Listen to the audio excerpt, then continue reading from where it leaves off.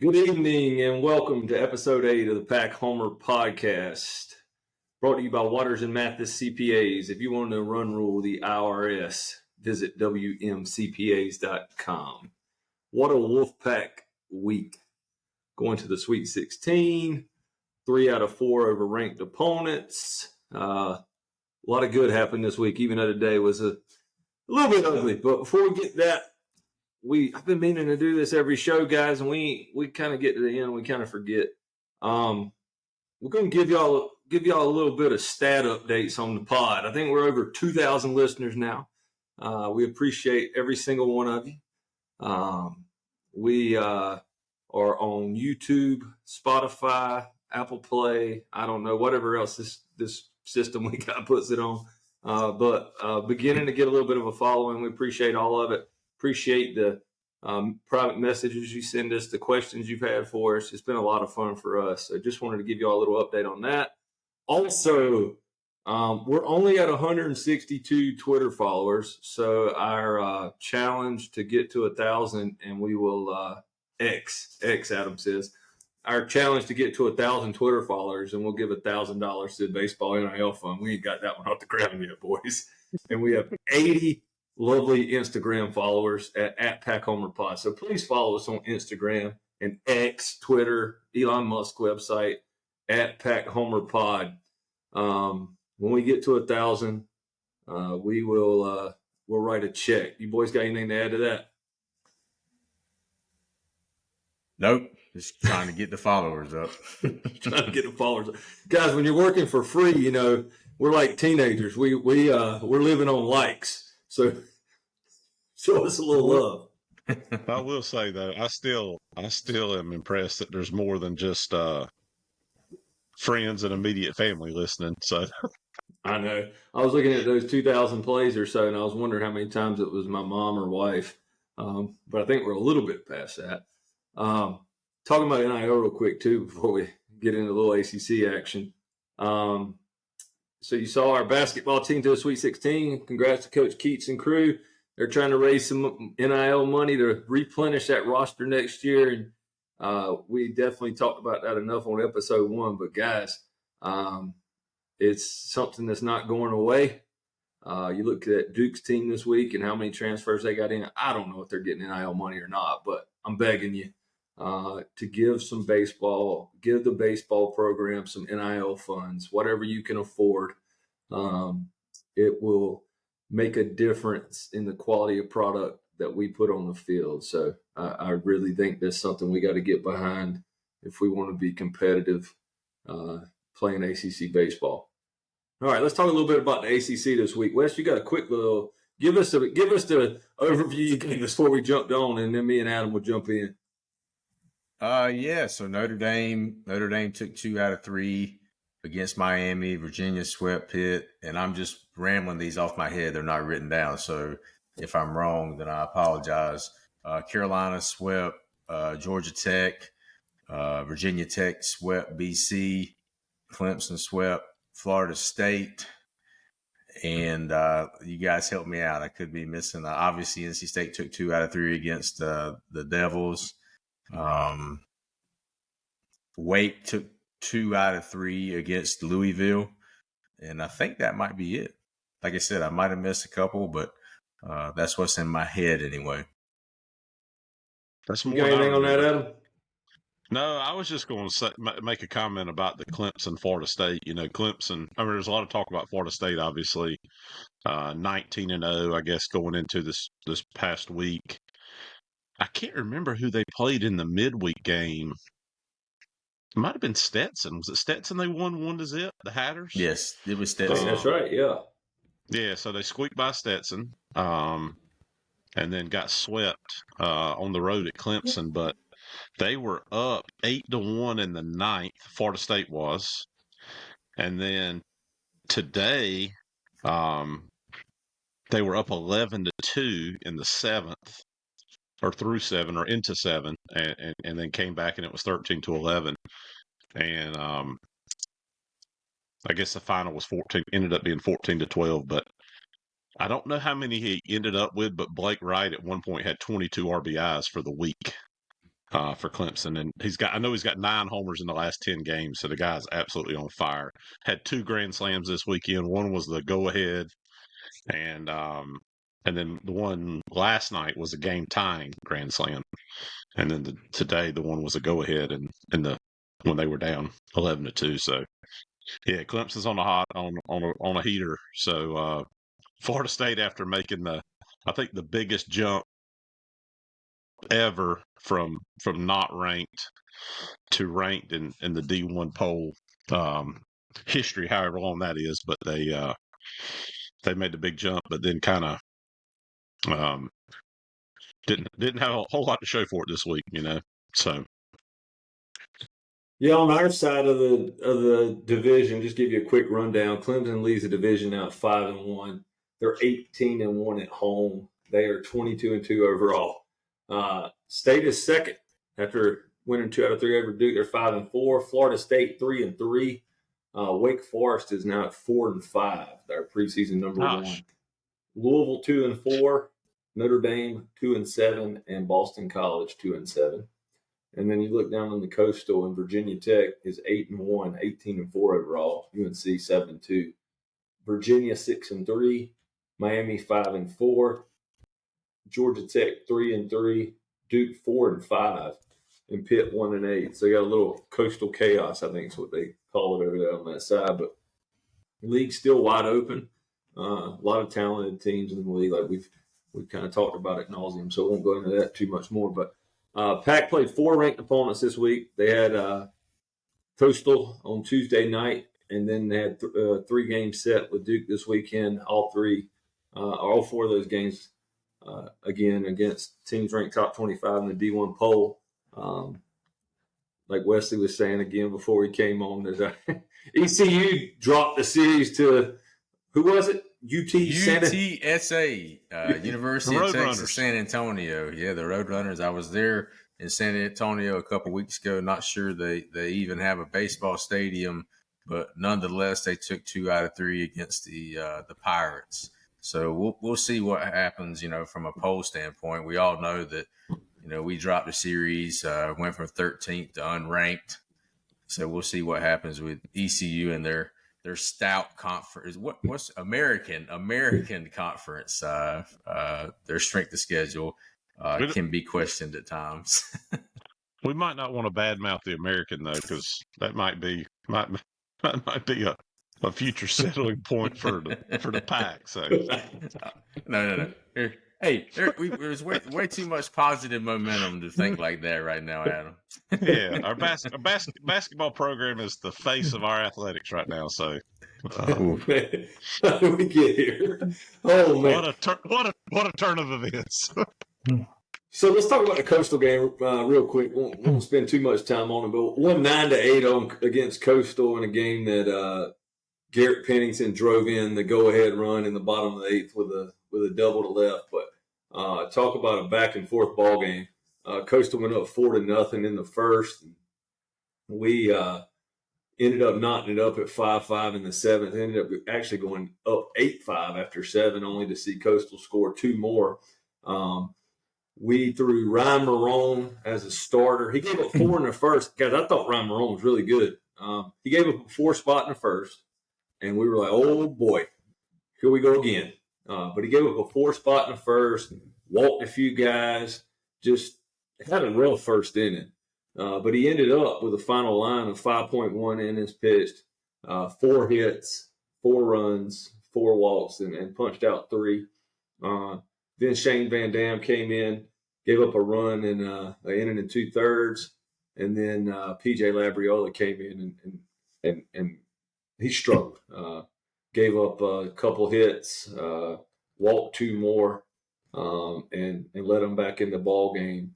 And then we brought in Hollis Fanning to kind of clean up the mess and throw the ninth for us, but ended up winning that game 9-8. What do you guys think about Ryan Marone in that one? Thought it showed a lot of poise for a freshman, to get behind on so many guys early in the first and give up all those runs. I think it probably was a big boost to his confidence. Us getting half of them back there in the bottom bottom half of the first. Instead of trotting back out there down 4-0, at least we got a couple of them back for him. But yeah, I thought he looked really good. I mean, I don't remember, he was mid-90s pitch count. I don't remember exactly where he was at when he came out, but to get that far after the start that he had, I thought, showed a lot of poise for I'm assuming an 18-year-old kid.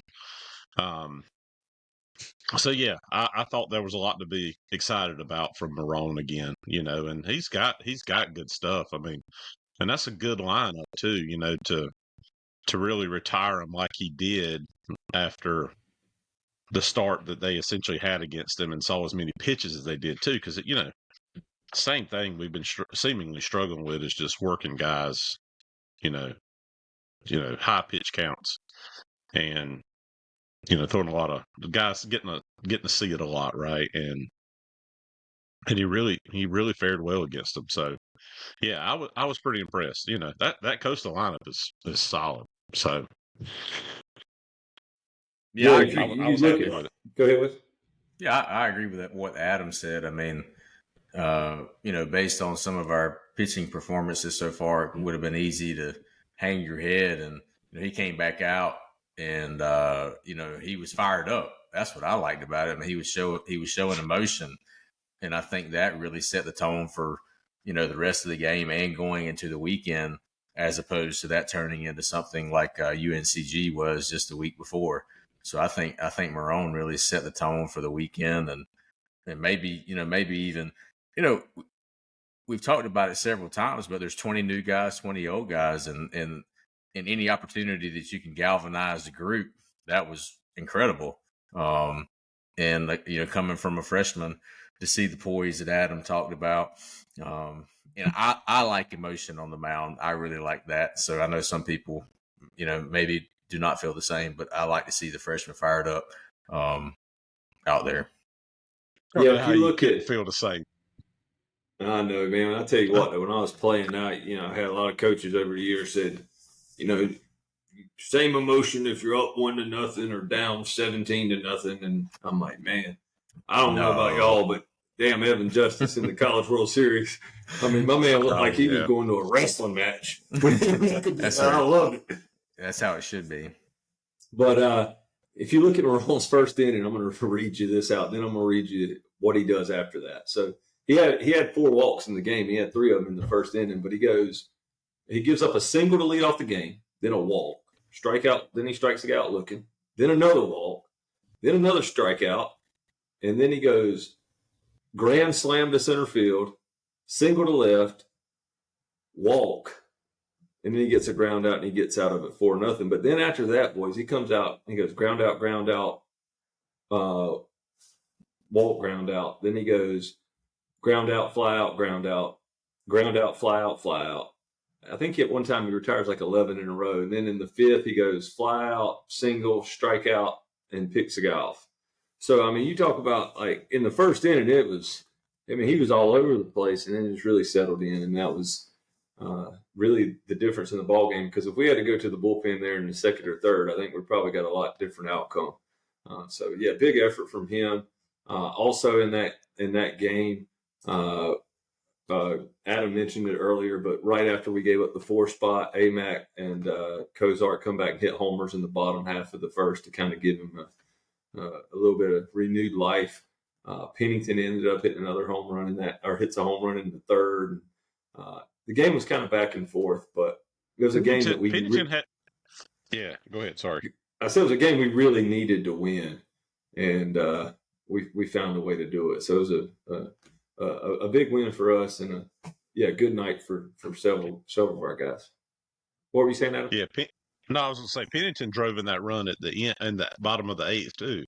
Yeah, doubled in to run in the 8th. Yeah. So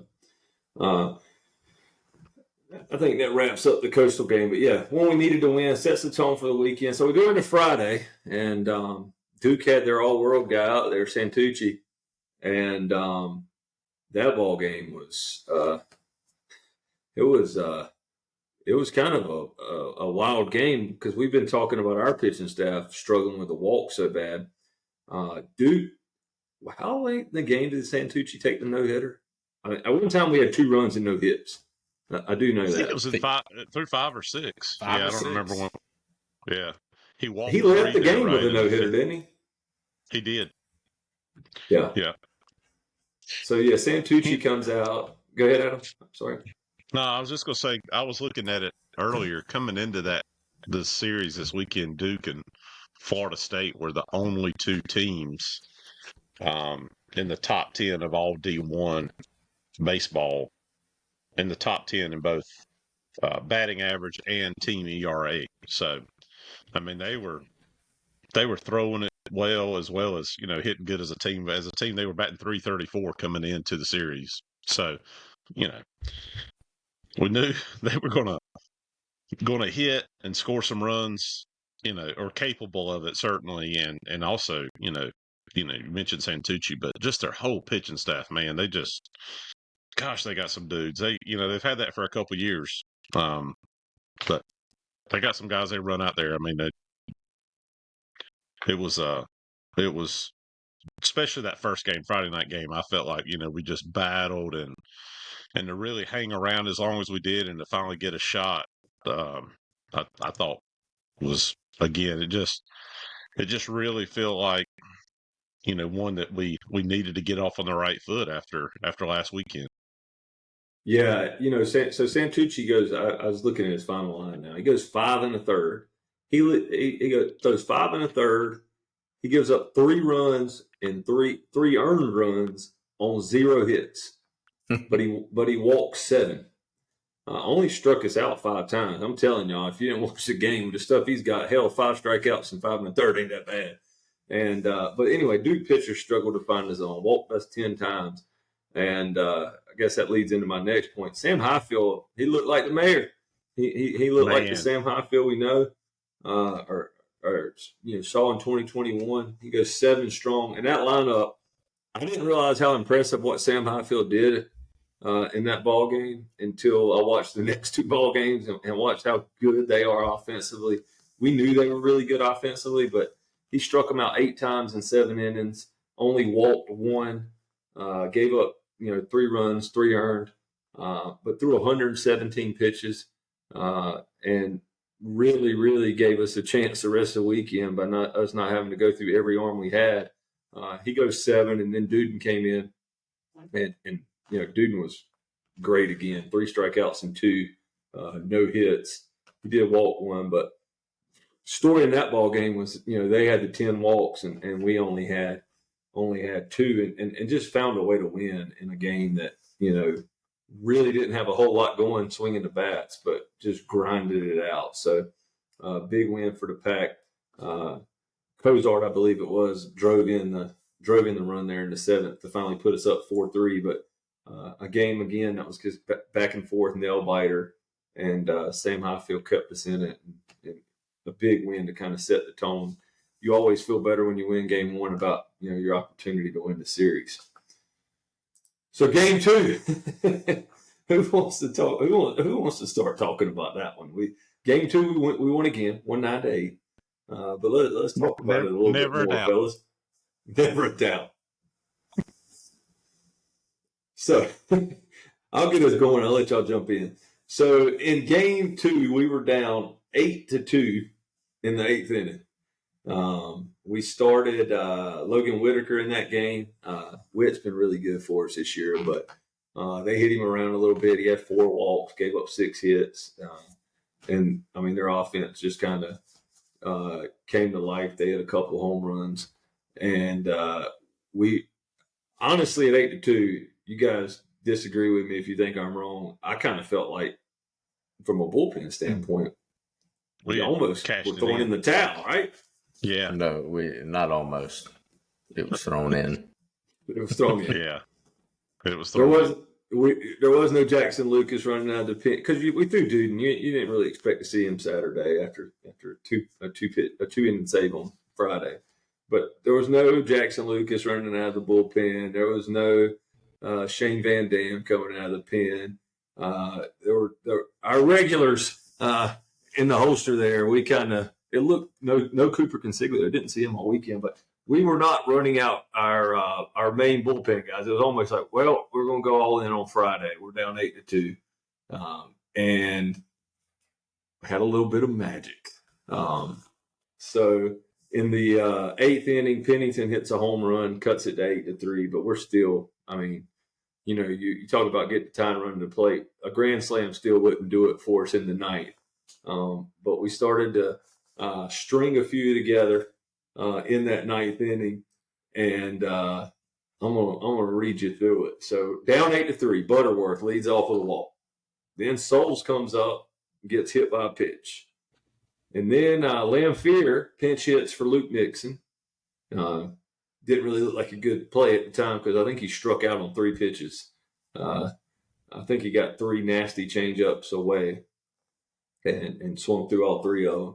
Hogue reaches on a fielder's choice and a throwing error, and this is where I'm telling you that Pollard had to be losing his mind in the Duke dugout. So they're up 8-3, and they get a ground ball to first base. You guys remember this? I remember it because as soon as it happened, I told my wife, I was like, you got to take that out. They hit a ground ball to first base. He tries to turn the double play in the center like a superhero instead of just touching first, taking the free out with a 5-run lead. Duke makes the middle mistake there. Does get nothing. He throws it into center field. So Hogue reaches on an error. Then Pennington comes up, and we actually Butterworth scores on that, makes it 8-4. Pennington comes up. To third, yeah. Yep, Souls went to third. Pennington comes up and hits a mammoth blast to left, 3-run bomb. Now it's 8-7. You're like, oh boy, we got a chance. Then AMAC comes up, rolls one over to the second baseman. He kind of bobbles. They actually went to review on safer out. I don't think it was the second baseman bobbled it, but he threw a one-hop to first base, and the first baseman kind of juggled it a little bit. But anyway, AMAC's out, so we got two outs, nobody on, down 8-7. By the way, in the back, give you a little more backstory. Duke had their closer was in the game. The guy that's kind of been unhittable all year. He's got a 1.91 ERA coming into the game. They're ready to shut the door. I actually thought up 8-3. It was interesting they brought him in because I was like, gosh, they got such a big lead. Why are they throwing this guy today? But at the same time, they're trying anything they can to make sure they win that game, at least get one in the series. So they run him out there, and with 2 outs, nobody on, Cozart doubles, one hops the right field wall, and then Serrano steps in the box, gets the count to full, and on a 3-2 count, my man hit one to Western Boulevard. It was madness. Pack scores 6 in the ninth, wins 9-8. We're screaming, the dog's barking, and the Pack wins the series on that one. You boys want to add anything to that? What did you think? That was unbelievable. The announcer, it was a lady announcing, I think, on the broadcast. But as soon as he swung, she said, "Serrano with the walk off." Like it was just without a doubt. And obviously he stood there and knew it as well. But yeah, that was the kind that's. I feel like you get those kind of wins and comebacks versus teams that you're supposed to beat, on occasion. But man, to get one like that and to seal the series against a top 10 team like Duke and a team like you mentioned that's got such good pitching out of the bullpen, to have the opportunity to do that, I would. If we had that card to play this year during the regular season, at least, I'm glad we cashed it in then, because that was fun. I can't imagine. I mean, how much fun that was. And then, for Clemson to have back-to-back experiences like that the last 2 days, today and yesterday, I know that's got to be exciting. But yeah, that was awesome. I mean, Serrano's my guy. Y'all know that. And I have been struggling a little bit of late, certainly as far as, hitting for average and in clutch situations. So for him to take advantage of that opportunity like that was just awesome. Yeah, again, Charlie Bielitz and the closer there for Duke. I mean, he just, I mean, to do it, that's like, obviously he's not a first ballot unanimous Hall of Famer, but I mean, they had their Rivera in the game, and we found a way to steal one from him. I mean, it was pretty awesome. And yeah, Pennington hits 2 home runs in that game. Souls hits a homer in that game. Eli Serrano. So the bats against that Duke pitching staff to put up 11 hits and come back and find a way to win that game. At the time, I was like, there's no way that Oakland's not beating us by 12 tonight in a basketball game, because we have used every bit of luck we've got in the last 10 days. So, I mean, it was feeling really, really, really, really good for the Wolfpack in that one. Then we come back to today, Sunday. Today we get 10-run ruled again for the second Sunday in a row. Guys, today Duke looked on another level, for being honest, at the plate. I mean, there was nothing that we could throw up there after the first couple of innings that they didn't just absolutely punish anything out over the plate. I think our guys have just been watching the basketball the last couple of Saturday nights. Duke hit. We lost 13-2 today. Duke hit 5 home runs. Their leadoff guy hit 2. Their catcher, who looks like Peyton Wilson, I mean, he's a humongous guy, hit 2. He hit 1 on top of the camera stand out in center field that I swear when he hit it, I was at the ballpark today. When he hit it, I swear it skipped off the top. I'm not sure if the thing was rising or what. He hit it on the line, just absolutely murdered it. Wind was blowing out the right today, so a couple balls did get up and go, but that one did. It was non-wind. I feel like they were all opposite field today. Seemed like, I mean, almost like Duke had to approach. The wind's going out the right. We're going to hit it that way. And man, they had 11 hits today, and like I said, 5 home runs. There was a time in that game today where we went forever with only 2 or 3 hits, and every single one of them was from AMAC. He did hit 2 home runs today, 2 solo shots, and we were in the game going to the 4th, but then Duke erupted. They scored 4 in the 4th, 1 in the 6th, and 7 in the 7th. So a tough day again for the pitching staff and the bullpen. Fritton gave up 4 earned, and then Fanning came in and gave up 5 earned, and Carson Kelly, who we haven't used a whole lot out of the pen this year, came in and gave up 3 more. So it was a tough viewing experience there. The Doak was really, really hoping for the sweep, but to win that series against Duke was huge for us. In this very early ACC season, we're 5-4, 9 games in, got 21 left, and I keep saying, man, I hope I'm right. Somebody said earlier, what y'all say our RPI is right now, like 40 something? Yeah, I think it's the mid-30s. Mid-30s.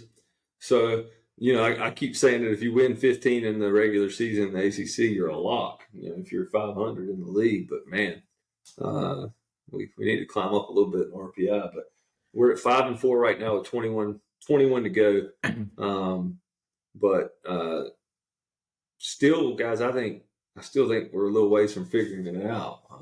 Well, I think you got, if you look at Friday night, and we could devote an entire podcast to how well Highfield pitched. It was amazing. And, for him, I'm sure the confidence level, is definitely increased because, he knew he could do it. But now he's actually done it against a top 10 team. So you love to see that, especially recovering from a major injury. But the concerning situation is if you look at the 3 Sundays that we've had in conference play, we've given up 16 against BC. And we said, hey, man, the wind was blowing out. That would happen to any good player. That's what we said on the podcast. Okay, we'll move on. Georgia Tech, Sunday, we gave up 15, run ruled. Like Little League run ruled. We just came back and, we were disappointed. And then this Sunday we give up 13 and we're run ruled again. So, if we go back to last Sunday when we recorded and you say you're going to win 2 or 3 against Duke, we're happy, and we are happy. But I had a lot of confidence going into this game on Sunday that we really did not utilize any of our bullpen. Because you had on Friday night, you had Highfield, you had Duden come in. And then on Saturday, Witt did not have his best stuff. And we really didn't see Van Dam. We didn't see Jackson Lucas. Of course, we didn't see Duden again. So you're like, wow, we're really sitting pretty for where we're going to be at on Sunday. And then we hit the fourth inning. And the fourth inning seems to be with Dom where things generally for us have gone south. And it went really south. And I think after that fourth inning, we were down 5-1. And it kept going further south. So, I'm not sure what really needs to happen, but if you're going to give up 10 plus runs every Sunday for the season, that doesn't seem to be a recipe for success, because we're going to have some rubber match games on Sunday. Like, we have to figure something out. I mean, it's not going to be us win Friday, Saturday every week. That's not I don't see that happening, especially as we get into, you can't say better competition because Duke is about as good as it's going to get, but we just have to figure something out on Sunday. In my opinion, what are you guys' thoughts on that? I think, I said it last week. 44 runs in 3 Sundays. And Dom's got to go to the pen. I'm not writing down the rotation next weekend versus Notre Dame either, but the guy is really good for 2 to 3 innings normally.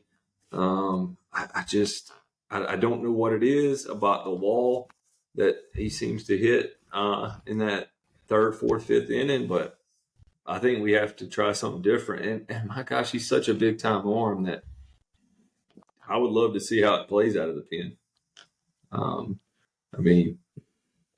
His ERA now is at 8.37, and still hitters are only hitting 242 against him, but he's given up 9 home runs now in 23 innings. And it seems like, I don't know if it's, we talked about him earlier this year, the high spin rate or whatnot. I don't know if he loses some of that and the ball flattens out the longer he goes in these starts. But, gosh, I don't know if the bullpen might not be a better place to utilize him right now and try to get try to roll someone else out there and see what we get out of it. Do you have anything to add, Adam? Well, you were talking about it. You mentioned it today, Cal, on the text. I think did they have a leadoff double, or was it a strikeout double and 2 strikeouts? Anyway, he struck out the side in the inning, all looking right. Yes. And to do that against a team that has got a top 10 batting average in the country, and obviously a team that we really saw today, or the last 2 days, can really hit the ball. He's the guy's obviously got can have the stuff. He's capable. But yeah, I agree. He's through 6 starts now with over an 8 ERA. All the home runs, all the walks. How many walks has he got now? 17. He only had 1 today, but he did hit a batter. Might have hit more than 1. But yeah, he's just. He's kind of struggled to be around the plate enough, and just the later we get him in the game, it's stuff doesn't seem to play up after the 3rd or 4th inning.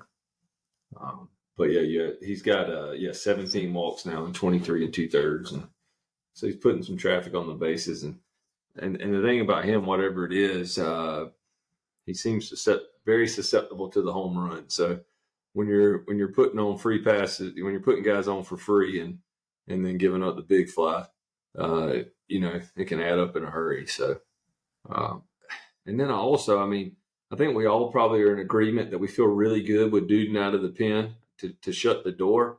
But if you're going to have to use him in some of those 2 1/3 inning type save situations where you run him out there for 50 pitches and you burn him for Saturday, it sure would be nice to have somebody like Dom, who you feel like if you could get 6 out of Witt, that he can come in and give you 3 more on Saturday afternoon to shut it down, or maybe he closes the Friday night game, but to maybe add another talented arm to the bullpen.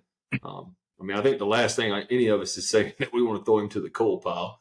I mean, he's very, very effective when he's on, but it's just the ability to go deep in games has just hurt us.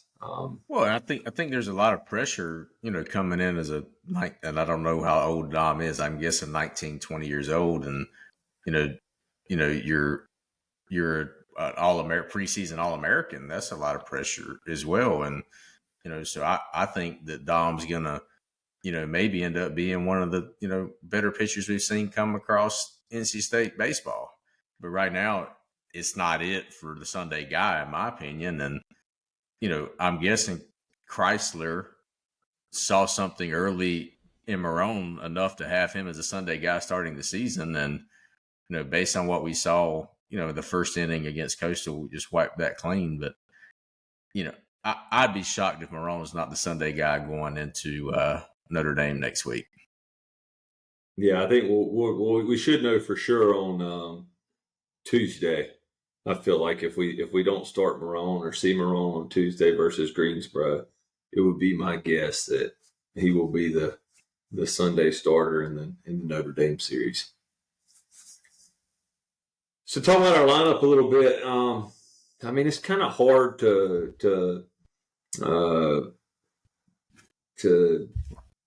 I don't know the word I'm looking for. Kind of hard to give anybody in the lineup too hard a time when you're going up against those arms that Duke ran out all weekend. I thought we were scrappy, but through 22 games now, Garrett Pennington's still hitting 379. He's up to 5 home runs. I got AMAC up there, 359. Cozart's still hitting above 300. Josh Hogan, he's cooled off a little bit, but is hitting 311. Today we did move Noah Souls back to the leadoff position. I don't know if you guys noticed that. We had Hogue leading off there for a while, but I really, really like our lineup. The one thing I will say is, man, we're mighty left-handed, aren't we? If you I think that the lefty on lefty thing can be overplayed a little bit. But if you do got left-handers that can really just sit there and throw 2 or 3 pitches where they want to, man, we don't got a whole lot of right-handed bats in our lineup. We are very, very left-handed. AMAC obviously hits switch, and then you got Butterworth from the right side. But then other than that, guys, we are just lefty heavy. Yeah, Pennington. Georgia Tech. I think Georgia Tech's got one lefty. When we were playing them last weekend, I think they were all righty except for one lefty. So, yeah, it is kind of unusual to be that heavy left, for sure. I mean, even off the bench, I think, if you're in a situation where you want to, put a right-handed hitter in there, we ain't got a whole lot of options. I mean, so like we said, Pennington and AMAC can both hit from the right side. AMAC switch, and then Butterworth. But then you got Cozart's lefty, Hogue's lefty, Serrano's lefty, Souls is lefty, Lanfear's lefty. Both the Nixons are lefty. Sosa's lefty. And then, you get on down the line, Hebner hits on the right side, and Jake Bechtel, who we haven't, I don't know if he has had an at-bat since, maybe a couple, but not many since hitting the home run at Hawaii. But we do not have a whole lot of right-handed sticks. I hope that doesn't hurt us as we get deeper in the year and probably see some quality lefties. Who do y'all like at leadoff, Souls or Hogue? I honestly, I didn't like when we moved Souls to the bottom, but at the time, and still, I guess you could argue he wasn't seeing it that well, but I think I like Souls more at the top than Hogue personally, even though he's only hit 244 right now. I agree. I think Souls. I mean, he's done it before. I mean, Souls is my guy. Like Adams got, and I like Eli obviously, but Souls is my guy. I think he's gonna start seeing the ball better. And I mean, he hit a home run on, was that yesterday or today? Hit one yesterday. Yeah, yesterday. Not today. Not today. Just AMAC today, right? Souls did end the game today. Souls did end the game today, on taking 3 fastballs down Broadway. yeah, with his bat on his shoulder. Yeah. Yeah. But I Oh, really do, God. and Cal's talked about it from 1 to 9. You really like it. I mean, I think Luke Nixon really sees the ball well. I think he has really good at bats, and Butterworth's the same. I mean, I think between Souls, Luke, Baby Nixon, Butterworth, and Ho, you have several guys that could be the leadoff guy in the lineup, depending on how the lineup card looked that day. But I do like Souls as the leadoff guy on a more consistent basis.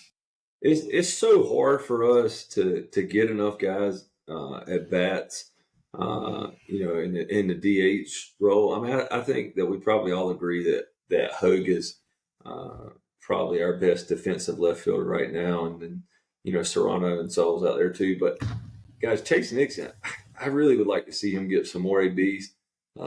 He just seems like one of those guys that always hits the ball hard. I was just looking here a minute ago. So right now, Chase has 27 at bats on the year, and he's punched out 1 time. He's only hitting 296. Or I say only 296 in ACC is pretty good, but he's hitting 296. But in 27 at bats, he's struck out 1 time. And he's the guy I think that's aggressive, and he goes up to the plate looking to hit, which is also why he's only walked 1 time. Whereas his brother tends to go deeper in counts and see some pitches, but. We got some guys, Lamphere, I think, got 1 at bat this weekend. He's hitting 333. Sosa's back out there now. But those seem to be the guys that we're going to rotate in that DH role. I don't know. I would like to see a little bit more of Chase in the lineup. He's another experienced guy that's been through the ACC gauntlet. So that's one thing I'm kind of paying attention to. I think he might have been a little injured too coming into the preseason, but we'd like to see him get some more at bats.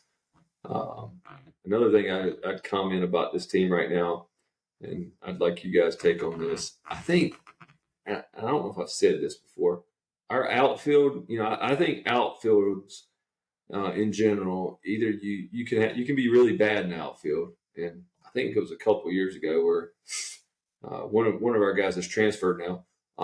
We struggled to even catch a few fly balls early in the year. So, you can be bad defensively in the outfield. You can be adequate defensively in the outfield, or you can be great and take away hits. And I kind of feel like this outfield is one that's not taking away a whole lot of hits. Do you guys kind of get that feeling? Yes. I do. I think we felt like that, Georgia Tech defensively in the outfield last weekend was certainly one that was taking away hits, taking away runs. And I feel like so far that we've probably played, solid, adequate, whatever. But I do agree. I don't feel like we're taking away a lot. I totally agree with that. Yeah, that's I don't honestly. I don't think there's anybody when I look down the lineup. I'm like, man, if we sub this guy in, he's going to make us a lot better defensively. I'm not saying that. I just saying that something observation I've had early in the season. Last year, Parker Nolan. When we put him in center field, Parker Nolan took away hits. He struggled at times at the plate, but overall had a pretty good year. Hit a lot of home runs, but I don't know that we got the outfield right now that's gonna take away a lot of hits. So anyway, don't got to kick that around anymore. I think talking about our team, we've probably said enough. I think we all 3 agree that we'd like to see Marone slide into that Sunday role and see what that looks like for us. But let's talk about Notre Dame a little bit. Notre Dame now is 14-9 overall, and they are 2-7 in the ACC, and they're coming to Raleigh next weekend. Before we get Notre Dame, we do got Greensboro, who thumped us last time. We got to find a way to win at Greensboro this week. Just have to, in my opinion. But Notre Dame comes to town, and then after that we still got Wake Forest, UNC, Louisville, and Clemson. I guess Louisville's not traditional Louisville yet here early in the season, but we got a lot of good games left on schedule. Florida State, another one. I feel like this is a series that we've got to find a way to win too, or you start looking ahead and it gets a little bit. It starts to feel like an uphill climb. You guys agree? Yes. Absolutely a must-win series. Yep. And you say that 5-4, but you go if you go 1-2 next weekend, once that puts you at 6-6. But I feel like this one you really, really got to win too, and you really would love to have a sweep.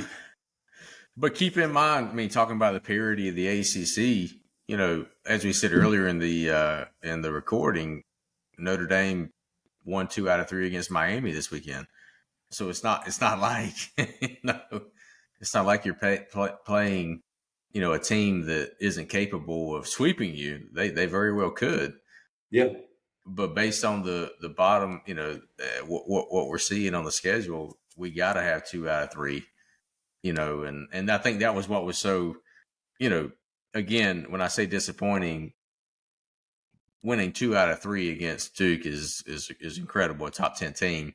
But when you have a fresh bullpen going in today, I started to believe, wow, maybe we can sweep these guys. And of course, it didn't turn out that way. So yeah, we have to get 2 out of 3 in this weekend. So I'm gonna compare us a little. Go ahead. Well, and then from the UNCG standpoint, you just have to have a little bit of intestinal fortitude. You can't lose 2 out of 2 to UNCG for the season. We got to beat those guys. Agreed. They're at 13 and 10. They're at 13 and 10 now. We gotta figure out a way to get that one. Get to 16. You got to impose your will in Greensboro on Tuesday night somehow, some way. Find a way to win that game. So going across the board here, I'm just going to give you a little comparison. So the Pac's hitting 303. Notre Dame now is hitting 283 as a team.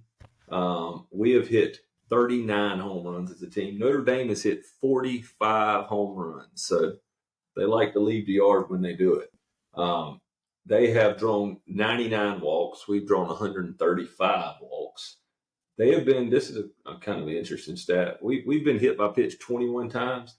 They've been hit by pitch 35 times in 23 games. So they like to stand on top of the dish. Another stat I think interesting to compare. As a team, we've struck out 137 times. They've struck out 201 times. So it just kind of gives you the feeling that they're a team that is trying to do damage. Also, you go to the extra base hits, besides the home runs, we have 37 doubles, 3 triples. They have 46 doubles and 9 triples. So Notre Dame, a team they're not getting cheated at the plate. TJ Williams, guy for him, is hitting 434 with 5 home runs. And then after that, they don't got many guys, but they got 315, 303, 300, and then 286, 273. And then they got several guys there at the bottom of the lineup, presumably with, 90 plus at bats, 256, 209. Then you got 184, 161. So there's some outs in that lineup. We have to definitely do a good job of limiting the free pass and the traffic, because it seems like one of those series where although they're going to go up to the plate and I would assume strike out a lot, they're going to hit a lot of balls on the nose too. So it's going to be important, I think, for us next week that we don't, create a lot of traffic on the bases. And they're pretty aggressive. Where we've only attempted 18 steals all year, Notre Dame has taken off running 38 times already, and stolen 28. So they are a good defensive ball team. They're 983 fielding percentage. So you're going to have to. Are we 970? 972. 972. So, and then as a pitching staff, we're pretty similar. We got a 683 ERA. They got a 657 ERA. So, gosh, man, 683. We would like to get that thing somewhere in the low 4s. But anyway, they got a 657 ERA. We got a 683. Looks like the guy that they like to run out there quite a bit for them. Has struggled. They got a guy right now, Jackson Denny's, who leads the team in starts, and in 4 starts he has a 15.55 ERA. 15.55 ERA, and has struggled quite a bit for him. Another guy that seems like they seem to trust that has been pretty good for him, Jack Raydell, 2-0 on the year. Has made 3 starts now, 7 appearances, but only gone 20 innings, even with 3 starts. He's got a 3.10 ERA. But they're not blowing it by guys. Their pitching staff's got 182 strikeouts and 200 innings. Feels like a team that we should hit the ball against, being one that they don't seem to overpower guys, and we don't strike out a lot. So, going to be an interesting matchup. One again that I think we have to find a way to win. And do y'all know if we're playing? Are we playing next Sunday? Or is this going to be it's a Thursday, Friday, Saturday. Thursday, Friday, Yeah. Saturday series. And same thing for them. They have a Tuesday night game. They're playing Bowling Green on Tuesday, and then they got to come to Raleigh and play on Thursday. So, being that we just got to go to Greensboro Tuesday, Yeah, it'll be kind of interesting to see how we use the bullpen on Tuesday. with a quicker turnaround. So probably going to have to lean on some guys that we haven't seen as many innings. I did think it was really encouraging in that Duke game 2 of the series where we came back and won. We talked about Derek Smith a little bit. He throws 95, and he seems to have some decent off speed offerings, and but he'd been kind of getting lit up. Honestly, I think when he came into that game on Saturday, they popped the stats up on the screen. He'd given up 10 hits in 2 innings, or 2 2/3 or something. But he looked really good. So. And his inning of work. I don't know if it was because Duke had felt like they already had it sealed and lost a little bit of their edge at the plate, or if he was that good. But hopefully the bullpen shows a little bit of improvement on the Tuesday game, and we can get out of there with a win and keep enough arms fresh to duke it out with Notre Dame. Anything else you guys want to add? I do got a couple of questions. Please do hit us up, guys, on Instagram. My wife, believe it or not, so when reads most of those and relays them to. I probably shouldn't tell you all that, but she relays it to us. Anything you guys want to add before I take these 2 questions I got here? I'm just checking our email to make sure we don't have any emails. How often do you check that thing, Adam? Oh, weekly. Weekly. No, I'm just kidding. I'm just kidding. I did have some. I had some receipts there from the Day of Giving this week, where we donated to the baseball NIL on the NC State Day of Giving. So that's our last email. But I was just checking to make sure we didn't have nothing new. All right. First question I got right here. After this weekend series, make your prediction on our ACC record in 2024. And that is from Todd in Charlotte. 30 games, boys. We're 5-4. What you got? Oh, man. I'll pull up my little handy dandy schedule. Yeah, it might help, right? I think we're going to finish just above 500. And a big piece of us, as we've talked about, is how far the freshmen come along. Based on what I've seen so far, I think just above 500, and at that point, whatever we can do to get into a regional. I don't think that we're going to host a regional. So whatever we can do to get into a regional, and maybe at that time when we get to the middle. End of May, we're clicking as a team, and we can make some noise and do some damage in a regional or super regional. But I think we'll be just above 500. Oh man, I'm looking now. Adam, you want to answer? But our last 5 ACC series. Let me read this out for you. I know you got Clemson, Carolina, Florida State, Virginia, Wake. Oh man. The next two series, boys, we said we better win this one. We better win the next two series. We got Notre Dame and Louisville. I'm gonna go. Let's see. We got Wake at home. We got Carolina at home. We got Notre Dame at home. So we got 9 remaining home games. I'm gonna go. I'm gonna go with 15-15, dead 500, and I'm gonna hope that we are playing our best baseball as we head into the tournament. I do think 15-15 should get us into the postseason, but I'm gonna go with, today on March 24th. I'm gonna go with 15-15, and hopefully trending in the right direction. Gosh, man, I know the way the committee looks at you. They like to look at those last 15 ball games. Boy, we got a gauntlet. I mean, that last Wake in Virginia to end it. That's fun. But yeah, I'm gonna go with 15-15. Your turn, Adam. 17-13. 17-13. Yeah, I know. I'm making a lot of assumptions there, but I really feel like we gotta. We talk about we gotta win the series. I mean, to do that, we gotta win the next 2 weekends. We gotta win 5 or 6. I mean, I don't know. I think we got to win 5 or 6. I don't think Florida State is as good as maybe everybody thought that they were. I do still think they're good. There was a team that I mentioned. I thought they would be probably the most improved in the conference, but I do like us to still win one there. Um,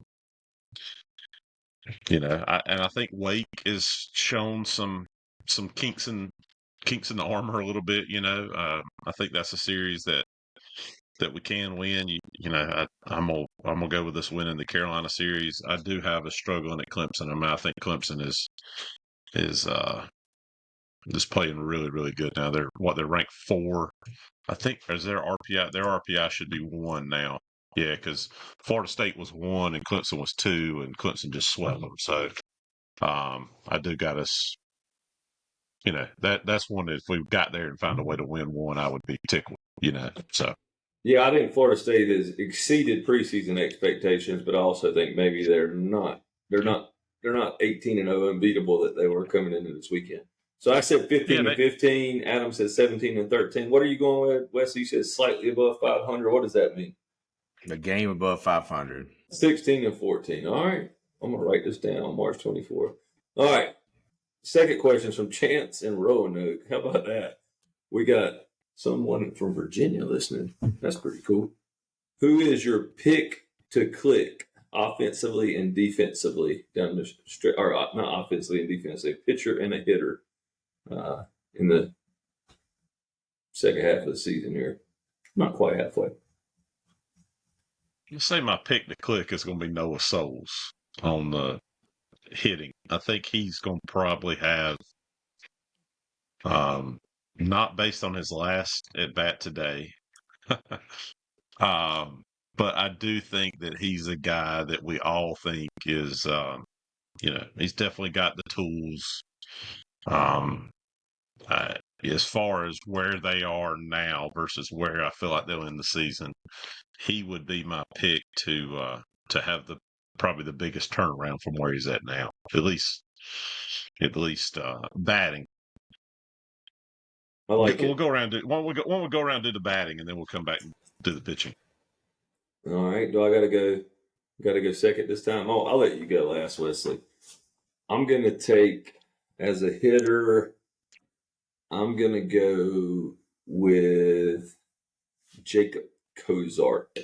I think that he's a vet, played a lot of ball games for us, and I wouldn't be surprised, as a team, that everybody's batting average goes down. I mean, the more games you play against ACC competition, the harder it gets. But I think you look at Cozart. He's got 6 home runs now. I think he's going to get hot, have some weekends where he hits a couple. I think Cozart is my guy. I think he's going to hit 14 or 15 home runs in the regular season. and maybe win us a Kozar's got couple a of those. 490 on base percentage right now. Yeah, he's walking a lot, 23 walks. I think he's going to run into a couple and win us a couple one-run ball games. He's going to elevate and celebrate a few times. Wesley? Yeah, I like both of you guys' picks, but I want to go back to this fall on some of the comments that Avent said about Luke Nixon. I mean, I think we're getting to the point where Luke Nixon is our everyday second baseman. I don't care about lefty-righty matchup. I think Luke Nixon is really going to click here the rest of the season. And I agree with both you guys on Souls and Cozart, but I think Nixon's our everyday second baseman. All right. Pitcher.